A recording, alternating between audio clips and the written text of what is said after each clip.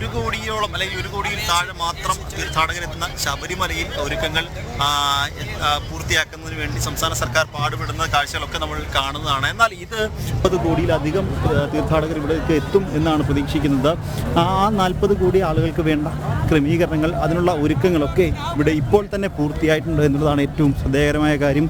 അതായത് നമ്മൾ ശബരിമലയിലേക്ക് തീർത്ഥാടകരെത്തുമ്പോൾ അവർക്ക് പലപ്പോഴും പറയുന്നത് ഭക്ഷണം, കുടിവെള്ളം അടക്കമുള്ള കാര്യങ്ങൾക്ക് ഉള്ള അസൗകര്യം, ഒപ്പം തന്നെ വിരിവെക്കുന്നതിന് വേണ്ടിയുള്ള അസൗകര്യങ്ങൾ, അതൊപ്പം തന്നെ അവർക്ക് വേണ്ട അടിസ്ഥാന സൗകര്യങ്ങൾ, ഇതൊക്കെയാണ് നമ്മൾ പ്രധാനമായും ശബരിമലയിലെ പ്രശ്നങ്ങൾ പ്രധാനമായും ചൂണ്ടിക്കാട്ടുന്നത്. ഒപ്പം തന്നെ ഈ ഭക്തർക്ക് യാത്ര ചെയ്യുന്നതിനുള്ള സൗകര്യം, സംവിധാനങ്ങൾ, ഇതൊക്കെ ഒരുക്കുന്നതിൽ സംസ്ഥാന സർക്കാരിന് വലിയ രീതിയിലുള്ള വീഴ്ചകൾ നമ്മൾ കാണുന്നതാണ്. എന്നാൽ ഇവിടേക്ക് വന്നാൽ അതിൽ നിന്നും വ്യത്യസ്തമായി ഇവിടെ 40 കോടി ആളുകൾ ഇന്നെത്തിയാൽ പോലും അവർക്ക് വേണ്ട എല്ലാ സംവിധാനങ്ങളും, എല്ലാ സുരക്ഷയും, എല്ലാ ഒരുക്കങ്ങളും, എല്ലാ കാര്യങ്ങളും അവർക്ക് വേണ്ടത് ഇവിടെ സജ്ജമാണ് എന്നുള്ളതാണ്. കാരണം ഇതിൽ എടുത്തു പറയേണ്ട കുറേ അധികം കാര്യങ്ങളുണ്ട്. കാരണം ഇവർക്ക് വേണ്ട അടിസ്ഥാന സൗകര്യങ്ങൾ, ഭക്ഷണം അടക്കമുള്ള കാര്യങ്ങൾ, ഇവിടെ ലോക്കലായുള്ള ആളുകൾ അവർക്ക് ഇവിടെ ചെറിയ രീതിയിലുള്ള കടകൾ തുടങ്ങാനുള്ള അനുമതി ഇവിടെ കൊടുത്തിട്ടുണ്ട്. അതായത് വരുന്നവർക്ക് വേണ്ടിയുള്ള അടിസ്ഥാന ഭക്ഷണം, അന്നദാനങ്ങൾ അടക്കമുള്ളവ ഇവിടെ വിവിധ സന്നദ്ധ സംഘടനകൾ അല്ലെങ്കിൽ വിവിധ ആശ്രമങ്ങളൊക്കെ ചേർന്ന് അന്നദാനം ഉണ്ടെങ്കിൽ പോലും